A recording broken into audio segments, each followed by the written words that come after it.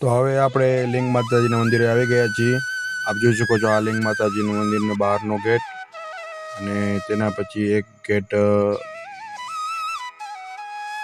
બીજો આવે છે।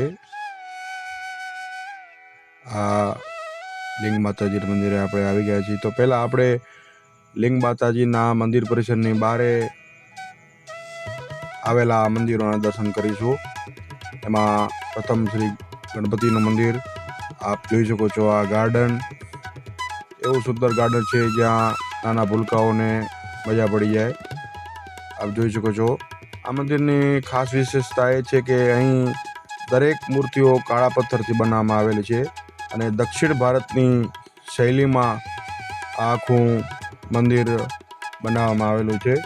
અને મંદિર પરિસરની બહારે ગણપતિની મૂર્તિ અને 1008 શ્રી લિંગ માતાજીના નામ અંકિત કરેલા છે દિવાલ પર અને તેનું સુંદર ચિત્રકામ આપ જોઈ શકો છો। આ દુર્ગા માનું મંદિર છે અને સામે દિવાલમાં લિંગ માતાજીના 1008 જે લિંગ છે તેના અલગ અલગ નામ અંકિત કરવામાં આવ્યા છે।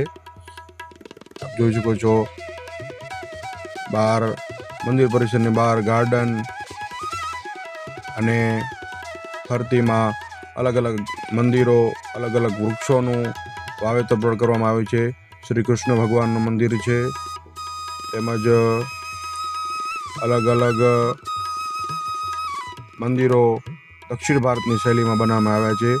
આપ જોઈ શકો છો આ મંદિર પરિસરની બહારનો ભાગ છે। ત્યાં એક વિશાળ ઘંટ રાખવામાં આવ્યો છે જે ઘંટ વાગવાથી આજુબાજુ 1 થી 2 કિલોમીટરમાં આ ઘંટ સંભળાય છે।